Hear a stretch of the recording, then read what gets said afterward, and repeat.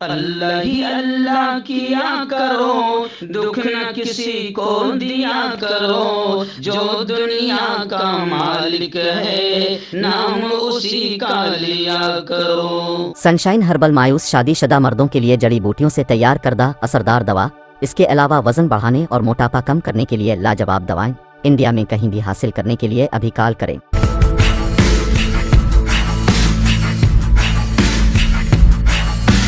السلام علیکم ورحمۃ اللہ وبرکاتہ۔ ناظرین استقبال ہے، سواگت ہے آپ کا viral news live studio Jalgaon Maharashtra India میں۔ میں آپ کا میزبان مفتی محمد ہارون ندوی۔ آئیے انٹرنیشنل ٹاپ 5 نیوز، دنیا کی 5 بڑی خاص اہم خبروں پر نظر ڈالتے ہیں۔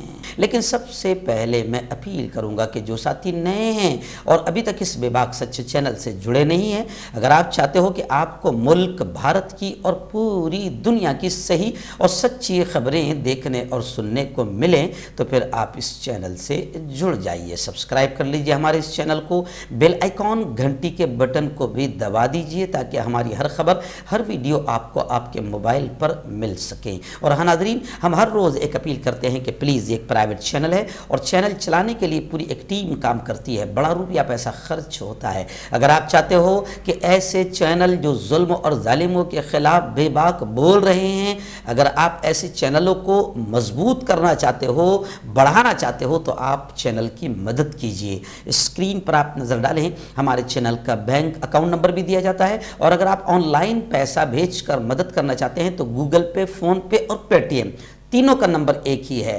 9923223361۔ آن لائن بھی آپ پیسہ بھیج سکتے ہیں۔ اللہ نے جو بھی آپ کو طاقت دی ہے، ہر دن یا ہفتے مہینے میں ایک بار ہی صحیح 200 500 1000 روپے کے آپ ممبر بن جائیے، ہر مہینے پابندی سے بھیجیے اور چینل کو مضبوط کیجیے۔ ناظرین میں آپ کو بتا دوں کہ ہمارا ایک اور نیا چینل جو ہم نے بنایا ہے، مفتی ہارون ندوی بلاگس، اس پر میں جہاں جاتا ہوں وہاں کی ویڈیوز وغیرہ، تاکہ آپ کو بھی معلومات مل جائے، چینل کے ذریعے سے ایک نالج میں اضافہ ہو جائے، نئی نئی چیزیں آپ کو گھر بیٹھے دیکھنے مل جائے۔ تو میں ابھی جو 2 دن پہلے میوات اور دلی کا سفر کیا تھا، تو مفتی ندوی ہارون بلاگس آپ چینل پر جائیے، اس کو سبسکرائب کر لیجئے۔ وہاں پر میں نے حضرت خواجہ نظام الدین اولیاء کی مزار پر، ایسے ہی حضرت خواجہ قطب الدین بختیار کاکی رحمۃ اللہ علیہ کے مزار پر، اور قطب الدین بختیار کاکی رحمۃ اللہ علیہ کے جو خیاط تھے، جو ان کے لباس وغیرہ سیتے تھے، حضرت حسن خیاط، ان کی مزار پر میں جب گیا وہاں پر فاتحہ پڑھی، تو وہ ویڈیو بھی میں ڈال رہا ہوں۔ ایسے ہی میں نے دلی میں مرکز نظام الدین کا حال ابھی کیا دیکھا، اور مرکز نظام الدین کی مارکیٹ کا حال کیا دیکھا، وہ ویڈیو بھی اس پر آ جائے گی۔ اور مرزا غالب کے مزار پر بھی میں گیا، وہاں غالب کا بھی حال جو دیکھا وہ بھی ویڈیو آ جائے گی۔ تو آپ مفتی ہارون ندوی بلاگس کو دیکھیں، اس کو بھی سبسکرائب کر لیجئے، نئی نئی چیزیں آپ کے سامنے گھر بیٹھے آپ کو ملتی رہے گی۔ آئیے ناظرین، پہلی بڑی خبر آ رہی ہے روس اور یوکرین کے حالات کو ہی لے کر۔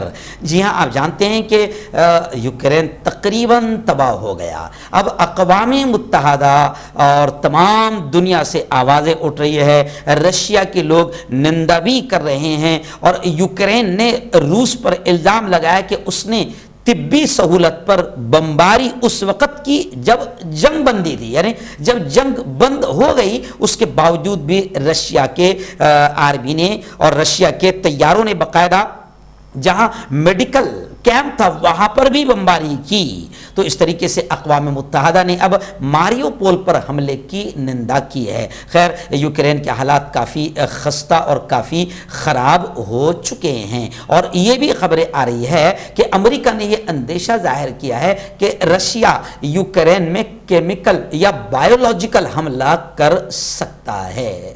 آئیے ناظرین، دوسری بڑی خبر آ رہی ہے۔ جی ہاں، لوگوں کے ذہن میں یہ ہے کہ رشیا اور یوکرین میں جنگ کی وجہ سے اب تیل کی منڈی پر اس کے خطرناک اثرات پڑیں گے، اور پیٹرول، ڈیزل، تیل کا بھاؤ کافی بڑھ جائے گا۔ لیکن یہ عجیب خبر آ رہی ہے کہ عالمی منڈی میں، انٹرنیشنل مارکیٹ میں خام تیل کی قیمت میں بڑھوتری نہیں، الٹا 12%, 12%